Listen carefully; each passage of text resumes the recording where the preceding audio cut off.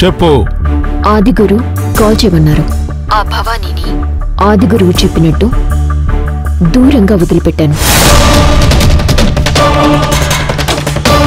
ఆ భవానీకి ఎవరు సాయం చేయకుండా ముఖ్యంగా భైరవిని అడ్డుకోవాలి. భైరవిని దిగ్బంధనం చేయించాలి. భైరవి రాకుండా సహాయం చేయకుండా చూసుకోవాలి. ఆ సంగతి నేను చూసుకుంటాను.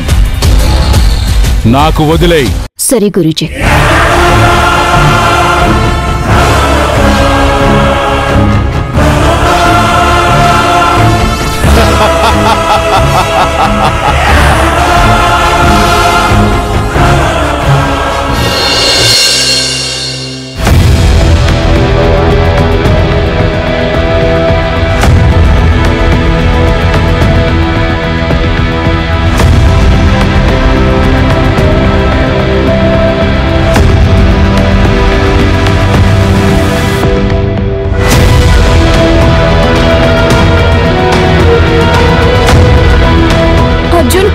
గుణాన్ని 4 తగిలించి అడిగితే వాడు చెప్తాడు కదా.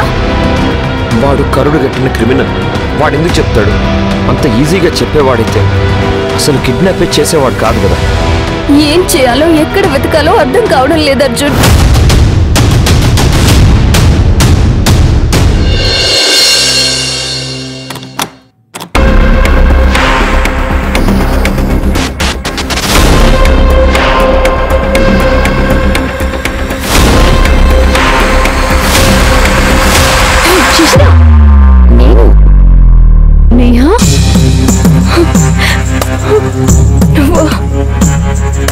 అవును, నిన్ను విడిపించి తీసుకుని వెళ్ళటానికి ఇక్కడికొచ్చాను.